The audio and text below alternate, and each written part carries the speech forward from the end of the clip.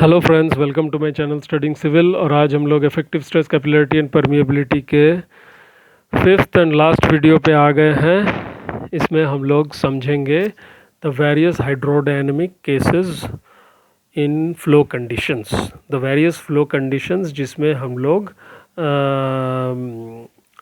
Effective stress को compute करते हैं। तो चलिए बढ़ते हैं। तो what are the various hydrodynamic cases of flow condition? तो इसमें तीन केसेस है।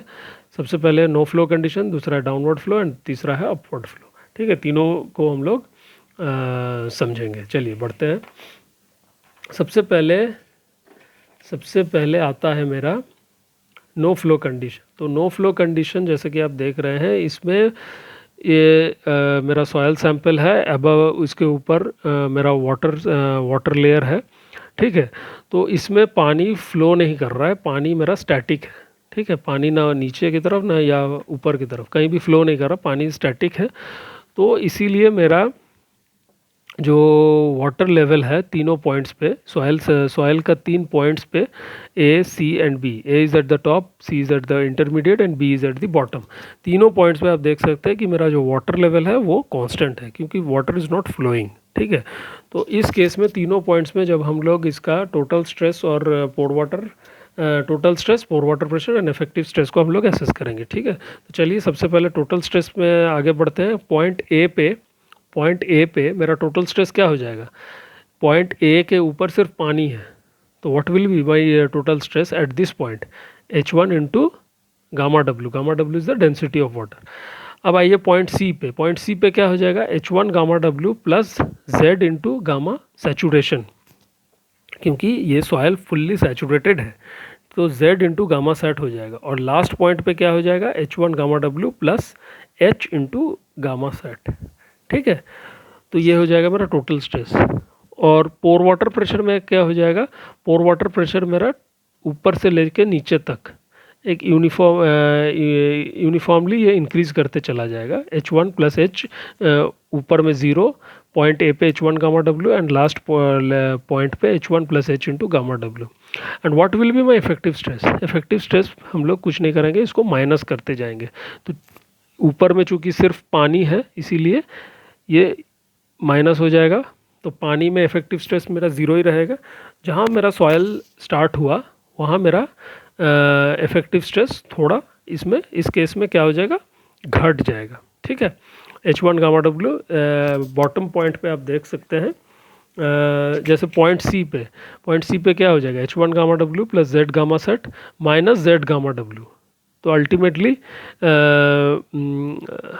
नहीं, इस पॉइंट पे मेरा पोर वाटर प्रेशर क्या हो जाएगा? H1 प्लस Z गामा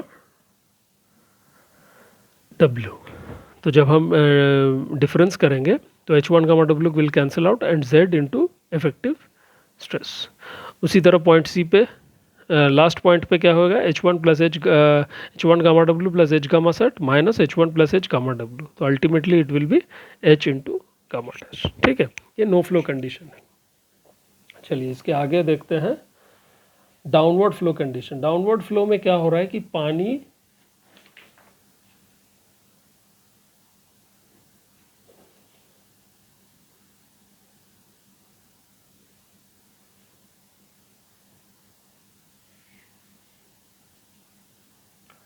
नहीं, नो फ्लो कंडीशन में जैसे कि आप इस ड्राइंग में देख रहे हैं, थोड़ा वीडियो में हो सकता है सही से नहीं आया होगा, तो इस ड्राइंग को आप लोग देख लीजिए। इसमें ये इस पॉइंट पे मैं टोटल स्ट्रेस निकाल रहा हूँ, इस पॉइंट पे पोर वाटर प्रेशर निकल रहा है और इस पॉइंट पे मेरा इफेक्टिव स्ट्रेस निकल रहा है। तो this is my effective stress will be the difference between the total stress and the pore water pressure। ठीक है, तो अगला कंडीशन में मूव करते हैं, that is my downward flow condition. Downward flow के केस में क्या हो रहा है कि वाटर इज फ्लोइंग डाउन। तो वाटर डाउन जब फ्लो कर रहा है तो मेरा अल्टीमेटली जो हेड है वाटर का तीनों पॉइंट्स पे सेम नहीं होगा। इसमें जब वाटर का फ्लो डाउनवर्ड की तरफ हो रहा है तो मेरा हेड घटते चला जाएगा। ए पे जिस लेवल पे वाटर, ए पे मेरा चूँकि ऊपर सिर्फ वाटर है तो वो वाटर टेबल को रीच करेगा। पॉइंट सी पे उससे थोड़ा कम होगा और पॉइंट बी पे और कम होगा। तो पॉइंट बी और पॉइंट ए के बीच में जो मेरा डिफरेंस है वो एच, वो यूनिफॉर्मली वो घटते चला जाएगा। तो सी पे क्या होगा, सी पे इट विल बी सी पे जेड जेड हाइट बॉटम है नीचे, सी ए से जेड डिस्टेंस नीचे है। तो इसको ऐसे समझिए कि जब H is my total head difference between point B and point A. तो point B and point A के बीच में मेरा total length of soil sample क्या है, एच। तो एच लेंथ पे अगर एच घट रहा है, स्मॉल एच, तो जेड लेंथ पे वो कितना घटेगा, इनटू जेड। ठीक है, जस्ट प्लेन यूनिटरी मेथड। तो this will be my height difference in point C. ठीक है, बस। और उसके बाद जब हम टोटल स्ट्रेस इस तरह से निकालेंगे तो पॉइंट ए पे H1 गामा W, फिर पॉइंट सी पे H1 gamma W plus Z into gamma sat. Total stress मेरा कांस्टेंट रहेगा।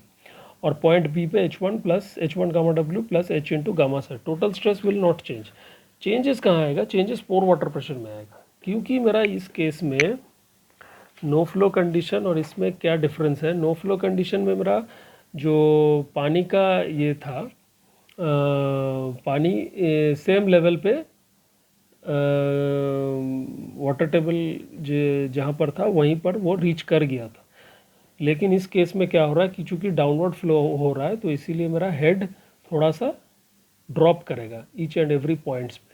तो इसीलिए मेरा पोर वाटर प्रेशर क्या हो जाएगा, पोर वाटर प्रेशर जैसे कि पॉइंट ए में H1 गामा W ही रहेगा, लेकिन पॉइंट सी पे वो क्या हो जाएगा, H1 प्लस जेड माइनस ये जो डिफरेंस है H by H into Z gamma W। उसी तरह पॉइंट बी पे क्या हो जाएगा, H1 plus H minus small H into gamma W।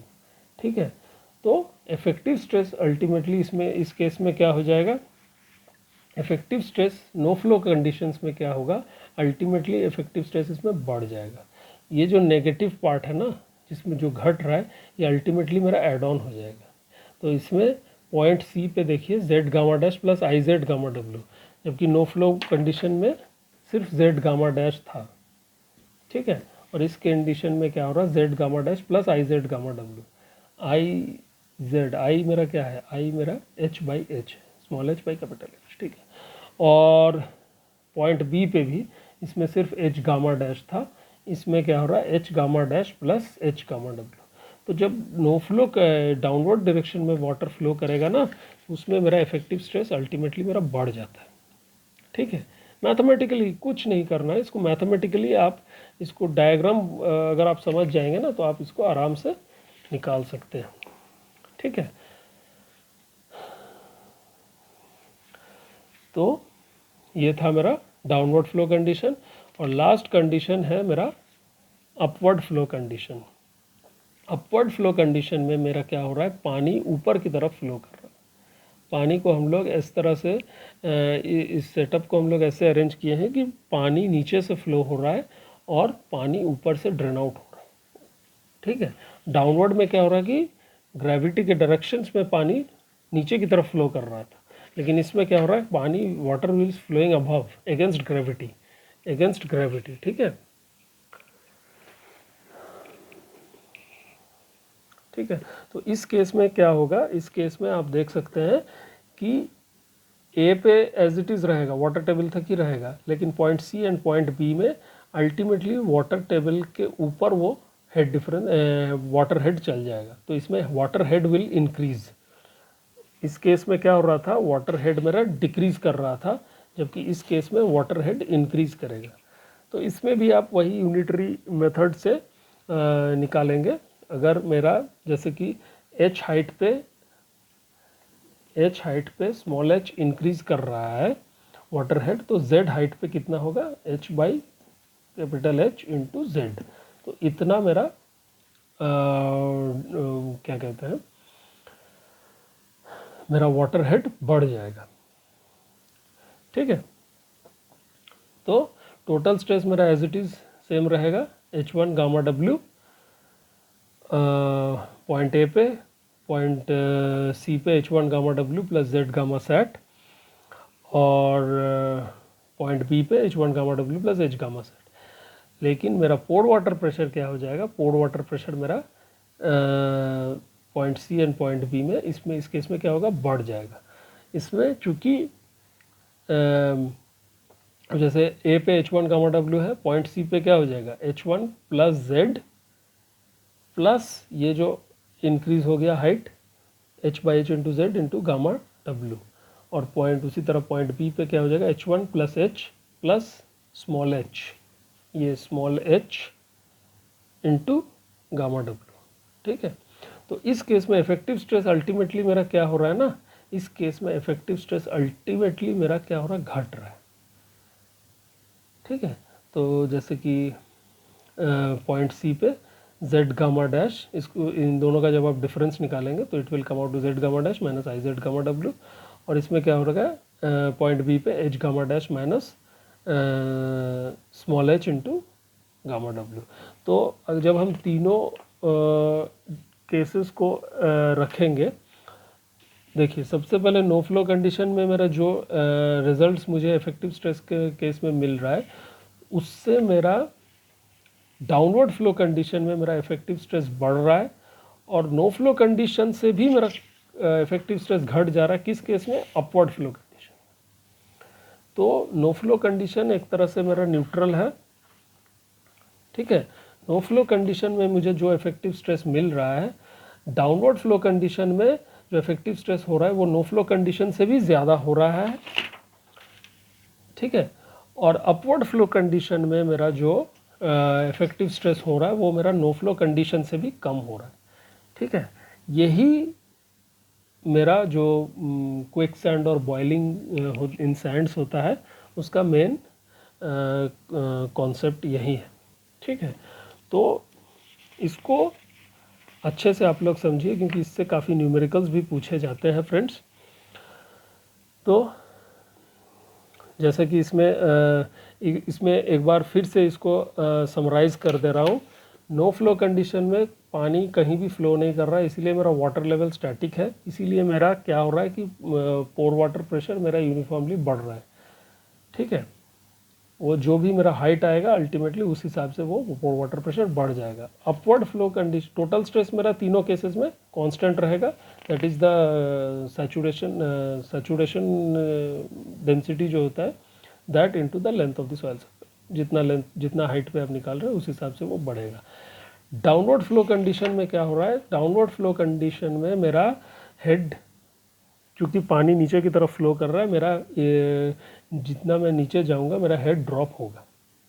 ठीक है, तो ए और बी के बीच में जितना हेड ड्रॉप होगा, सपोज कीजिए वो h स्मॉल h है, तो वो यूनिफॉर्मली वो पॉइंट सी पे भी जिस तरह से मैंने समझाया उस तरह से आप निकाल देंगे कितना ड्रॉप होगा, और जितना ड्रॉप होगा उस हिसाब से मेरा पोर वाटर प्रेशर भी ड्रॉप होगा। तो पोर वाटर प्रेशर जब मेरा कम होगा तो मेरा इफेक्टिव स्ट्रेस क्या होगा, थोड़ा उसमें बढ़ेगा। ठीक है, अगर आप टोटल स्ट्रेस तो आप निकालना आ गया, पोर वाटर प्रेशर अगर आप निकाल लेंगे तो सिंपली इन दोनों का डिफरेंस करके आप इफेक्टिव स्ट्रेस निकाल देंगे।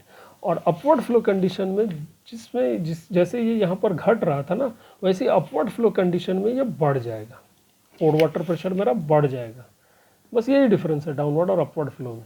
ठीक है, एक बार आप पोर वाटर प्रेशर निकाल लेंगे तो आप इफेक्टिव स्ट्रेस को इजीली कंप्यूट कर सकते हैं। ठीक है, तो आई होप मैं आप लोग को ये समझा पाया हूँ। थोड़ा सा इसको तरीके से आप मतलब अपने एकदम अपने से एक बार समझने का कोशिश कीजिए। बहुत कुछ हार्ड एंड फास्ट इसमें है नहीं, लेकिन ये बेसिक्स है, इसको एक बार आप समझ जाएंगे तो आप न्यूमेरिकल्स को इजीली सॉल्व कर पाएंगे। ठीक है, तो आई होप मैं समझा पाया हूँ। अगर फिर भी कोई डाउट्स रहेगा तो मैं उसको आप लोग कमेंट सेक्शन में लिखिएगा, तो मैं उसको दूसरा वीडियो में इसको कवर करने का कोशिश करूँगा। ठीक है, चलिए अब आगे बढ़ते हैं। Last part that is my quick sand condition. जो क्विक सैंड कंडीशन है ना, वो अपवर्ड फ्लो कंडीशन का ही एक एग्जांपल है। अपवर्ड फ्लो कंडीशन में मेरा क्या हो रहा है, मेरा अल्टीमेटली पोर वाटर प्रेशर बढ़ रहा है, तो मेरा नेट इफेक्टिव स्ट्रेस मेरा घट जाएगा। ठीक है, पोर वाटर प्रेशर बढ़ेगा तो इफेक्टिव स्ट्रेस घटेगा, पोर वाटर प्रेशर घटेगा तो इफेक्टिव स्ट्रेस बढ़ेगा। ठीक है, यही फंडा है। तो अपवर्ड फ्लो कंडीशन के ही मेरा क्विक सैंड कंडीशन मेरा एक तरह से अपवर्ड फ्लो कंडीशन ही है। तो जिसमें आप तो ये इसका डेफिनेशन देख लीजिए। It is a hydraulic condition of soil such as sand when the soil loses all its shearing strength and can not support any load. In this condition seepage pressure becomes equal to the effective pressure due to which the effective stress throughout the soil reduces to zero. मतलब उस case में soil का पास effective stress zero हो जाता है, soil और load नहीं ले सकता। तो इसीलिए उसको हम लोग मतलब वो सॉइल का एक ऐसा स्टेट है जहाँ सॉइल का और कोई बियरिंग कैपेसिटी रहता ही नहीं, वो कोई लोड ले ही नहीं सकता। तो कोई मतलब ये जनरली सैंड्स में ही मिलता है। ठीक है, तो मैथमेटिकली अगर हम इसको समझते हैं तो ये अपवर्ड फ्लो कंडीशन में ये जो मेरा पार्ट था H gamma dash minus H gamma W, उसी को यहाँ पर मैथमेटिकली जब हम लिखते हैं H gamma dash minus I H gamma W, ये जो पार्ट है Z gamma dash minus I Z gamma W, replacing Z by H. ठीक है, तो H gamma dash minus I H gamma W is equal to zero. So H gamma dash is equals to I H gamma W, so I equals to I C R. ठीक है, is equals to gamma dash by gamma W. ये मेरा होता है critical hydraulic gradient. मतलब जब hydraulic gradient gamma dash by gamma W ये जो वैल्यू है, जब इसको रीच कर जाएगा तब उस सॉइल क्विक सैंड कंडीशन में बदल जाएगा। तब सैंड में और कोई लोड लेने का क्षमता नहीं रहता है। ठीक है, अब बहुत जगह ये ऐसे रियलिटी में इस तरह के केसेस आप लोग देखा होगा वीडियोस वगैरह में, जहाँ पर कोई भी इंसान जब इस पे पड़ जाता है तो वो धीरे धीरे इसमें फंसता ही चला जाता है। तो ये मतलब जैसे कि वीडियोस में दिखाता है कि सैंड उसको सक करते रहते हैं नीचे तरफ, लेकिन उस केसेस में आदमी घबरा जाता है इसीलिए। लेकिन घबरा के अगर आराम से स्ट्रेटेजिकली थोड़ा धीरे धीरे मूव करके वो उससे बाहर निकल सकता है। ठीक है, तो हाँ, तो critical hydraulic gradient is gamma dash by gamma W, और गामा डैश क्या है, gamma sat minus gamma W, and gamma dash is G S plus E by 1 plus E gamma W minus gamma W. तो mathematically इसको जब हम लोग देखते हैं तो gamma dash is gamma W into G S minus 1 by 1 plus E. ठीक है, तो gamma dash by gamma W is G S minus 1 by 1 plus E. तो ये क्रिटिकल हाइड्रोलिक ग्रेडियंट का फॉर्मूला है। ठीक है, तो that's all for this chapter friends, effective stress capillarity and permeability। तो आई होप कि मेरे इस वीडियो के थ्रू मैंने आप लोगों का इस चैप्टर का कॉन्सेप्ट को क्लियर कर पाया हूँ। अगर कोई भी डाउट्स है तो आप लोग कमेंट सेक्शन में ज़रूर लिखिए, मैं इसको क्लियर करने का कोशिश करूँगा। और इसमें जो भी मैंने फार्मूलाज डिराइव किया है, उसको कैसे डिराइव किया है उसको आप लोग अच्छे से गो थ्रू कीजिए। और फार्मूलाज रटने का कोई ज़रूरत नहीं है, अगर आप बेसिक्स को समझ जाएंगे तो फार्मूलाज आप इजीली डिराइव कर सकते हैं। और ये सब बेसिक्स अगर आप समझ जाएंगे फार्मूला कैसे आ रहा है, तो आप इजीली न्यूमेरिकल्स वगैरह भी सॉल्व कर लेंगे। तो आई होप कि मैं आप लोगों को आप लोगों का कॉन्सेप्ट क्लियर कर पाया हूँ। तो आज के लिए इतना ही। तो अगला वीडियो में दूसरा चैप्टर हम लोग सॉइल मैकेनिक्स का कवर करेंगे। तो तब तक के लिए थैंक यू इस वीडियो के साथ जुड़े रहने के लिए, एंड गुड बाय।